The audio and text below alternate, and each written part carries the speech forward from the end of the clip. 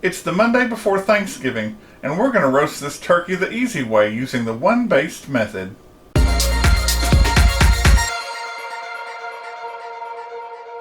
Welcome to Help at Home, your resource for great recipes and easy learning. I'm Jim Hightower. Today, we're roasting that great Thanksgiving turkey, and we're using the easy one baste method. You're going to love it. I've done this before, but I like to do a turkey video every year. Alright, if you've never done this before, you can do it right along with me. Most turkeys come in a little net bag like this one, along with the weight and the price. And then on the back, you have specific instructions on thawing this out. You do not want to cook a frozen turkey. It just doesn't work out right. My turkey was 14.13 pounds. I got it 98 cents a pound for this honeysuckle. Kind of an off-brand, but I do it every year to prove one point. Any turkey can taste just as good as any other one. They don't know what the brand is and what the off-brand is. Nobody told them. Nobody told them. Now, let's look at defrosting instructions for my turkey. It says, for a weight of 12 to 16 pounds, thaw in the refrigerator 3 to 4 days. That's it. I went looking for a larger one, even for my mother-in-law, and she had to go to a different store because 14 pounds was the top we could find anywhere. Let me start by taking my melted butter. By the way, this is what's called a roasting pan. You've seen it before probably. This is a semi-deep pan. It'll hold all the juices. This has the holes in it, and your drippies go right through. But a little butter to keep the turkey from sticking. Never hurt anybody.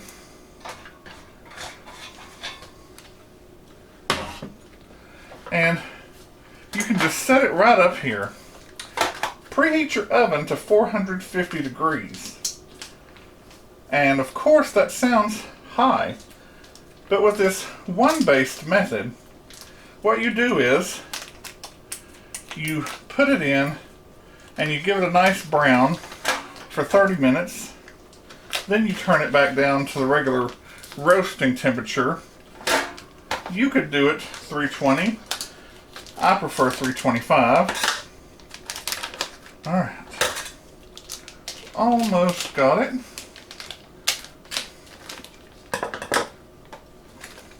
Now be careful, there will be juices, and that's what your wonderful drippy pan is good for. Letting everything drip right in there. Oh, by the way, it even gives you cooking instructions. This says for 12 to 16 pounds, you need to roast it, well, it says 325, 2 3/4 to 3 1/4 hours. But with our one baste method, it's even less. Now right up here, holding legs and things together, you have this piece of plastic. And you want to get that undone. And then kind of inside here, you've got your giblets stuff, which I had to promise my mother-in-law I would save her. It's this package of stuff in your neck. You don't want to get this raw meat juice all over your kitchen, so wipe your hands, and I'll just set that right there. And in fact, well, I will have to wash, but one thing that's a pain is underneath here, this plastic thing, it's a little plastic bar about that much, and you pretty much have to push over, get one side off, and then push over and the other side popped up. Okay, I washed my hands. Thank goodness for cooking aprons. And only reason I'm using these tongs is to keep from having to wash my hands 100 times. Next, this is about to go into the oven, and I like to take 1 or 2 cups of hot steamy water and just pour it right into my pan through those holes. See?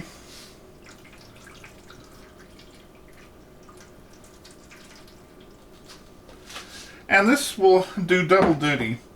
It will give your turkey some steamy moisture, so that's hot and helps for the cooking, but also helps keep it tender. Next, let's butter next. So, I have this huge baster, and I love it.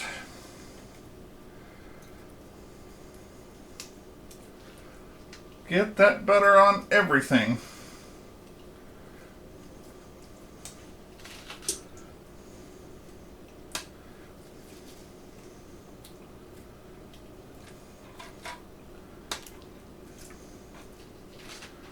And just a little bit more there. And it never hurts to, and then I'll put the rest of that right into the carcass there. Julia Child always said, you can put about 1/4 of a stick of butter into the carcass. It helps with the flavor. Yeah, well, maybe it does. Alright, you can put a little bit of cracked salt.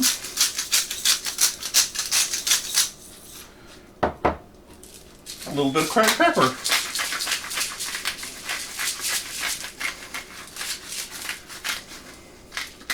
Sometimes this doesn't crack too fast. Alright. Now I smell it. Okay.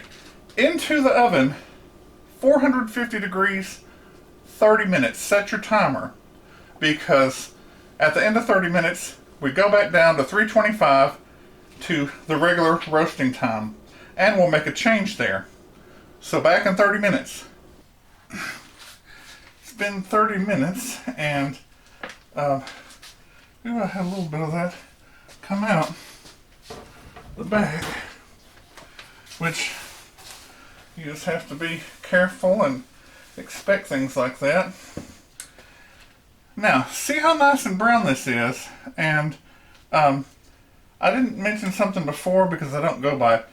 These little red buttons, they're plastic and they pop up when the turkey is supposed to be done, but I don't go by that. I use the digital meat thermometer. When it reaches at least 165, it's done.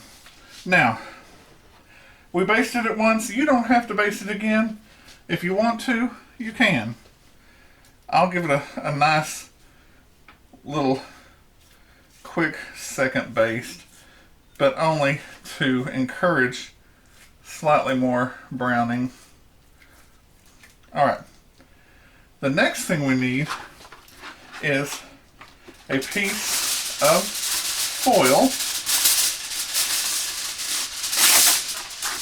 and we're making a tent like when you go camping. And I'm just gonna put this over here on my stove.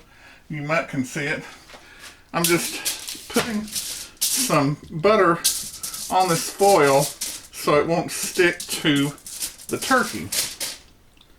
So that's all.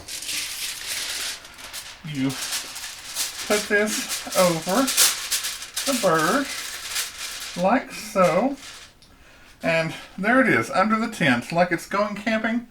It's going to Camp GE and we're going to go to Camp GE for probably an hour and a half, and then we'll check it again. Okay? So, again, you need to turn your oven down to 325 degrees Fahrenheit, and that way it won't burn, it'll just roast. Here's our turkey after 1.5 hours. It looks beautiful. The little popper hadn't popped up yet. Let's check the temperature. We're looking for a minimum of 165.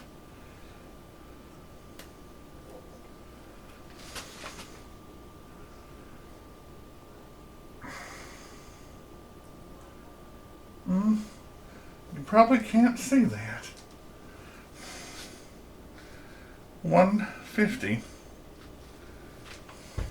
Let's try into the leg there. 156.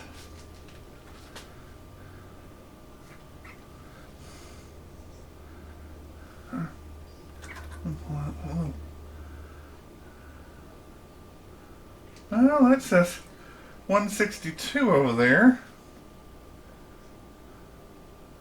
And 155.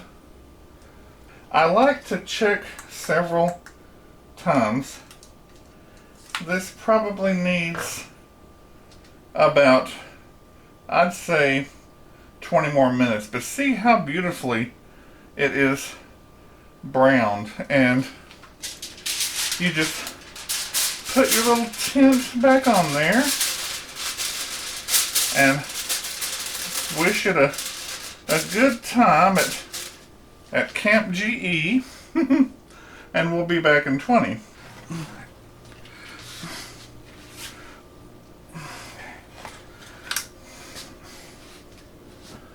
Sorry for the huffing and puffing. Here we go. That is beautiful. Here's my roasted turkey after 2 hours and 20 minutes in the oven. Let's see here.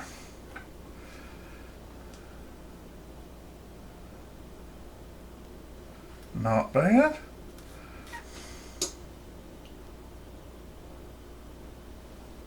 $162. Let's see. Oh, 177.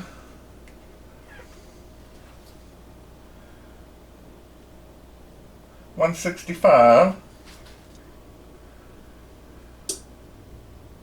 167. Let's do one more to make sure.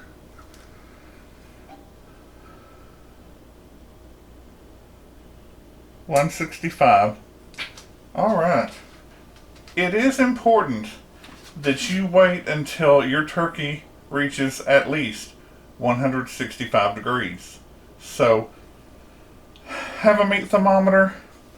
You never can trust these. Sometimes they come out too early. Sometimes they never come out. If you were waiting for this to pop out and it was defective, you'd burn up your turkey. So, you don't want that on your happy Thanksgiving Day. You don't want that on your happy Thanksgiving Day. So, look how beautiful. And I'm going to turn this around. It's still hot, of course. But just look at that. And you look like a professional turkey cooking roasting chef, and your family will be like, oh my goodness, how did you do that? And you say, well, I just doesn't everybody do it this way? And you tell them that it's a great secret passed down from your family for years and years. And then you can tell them, oh, it's just the one base method. Go check out Help at Home Jim. So, go ahead and pull out your little plastic thingy, because you don't want to eat that. You're probably going to be serving this soon, so you want to give it about 10-15 minutes to let it recompose, come back together. The juices will kind of go back in if they're between the meat and the skin, and that'll help it be super juicy. Now, what my family loves to do is fry a turkey. Now, I'm not talking about take the whole turkey and drop it into a grease vat. We like to carve it, dip it into batter, and fry each piece. Now, you go back and watch that video. I'll try to put the card or whatever up there. But let me tell you, My amounts of spices are for a turkey like this, a plain turkey. If you're like my parents, they get a, what do you call that kind of turkey? A smoked turkey. And, sorry, my knee's killing me. If you get a smoked turkey, you've got more flavor in the turkey built in. So you'll probably need to tone down those spices by at least a fourth of a teaspoon. You might just write that down. And also, I haven't checked out that batter from that video lately. If it seems a little thick, add a little bit more milk to it, because it shouldn't be too thick, not very thick. It should be just thick enough to coat the turkey and go in. So you don't want a big glob of thick, chewy stuff on there when you're trying to eat it. So check those things out, make your adjustments, and again, have a great Thanksgiving, and we'll be back for the glamour shot.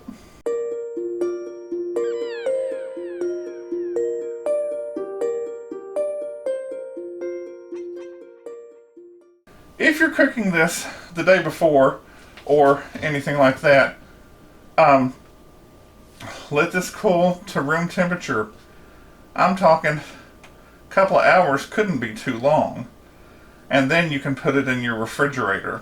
Remember, hot things and putting them in the refrigerator, they can sour, especially if you cover them up with saran wrap or foil or anything like that. You're just keeping the heat in while the cold is trying to get to it. So it's just a weird thing. But anyway, that's it. If you like this easy one baste method for roasting a turkey and doing it quickly and easily with no fuss or muss, give it a thumbs up. Subscribe and share with your friends who like to cook or just want to learn how. Drop me a line in the comments below about your experience with this recipe, or what else you might like to see in the kitchen. Click the bell in the bottom below the video for all notifications, and you'll receive new notifications in the top right hand corner bell.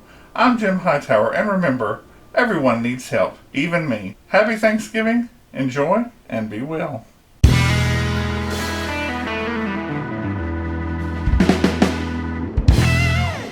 It's the week of Thanksgiving, and we're going to make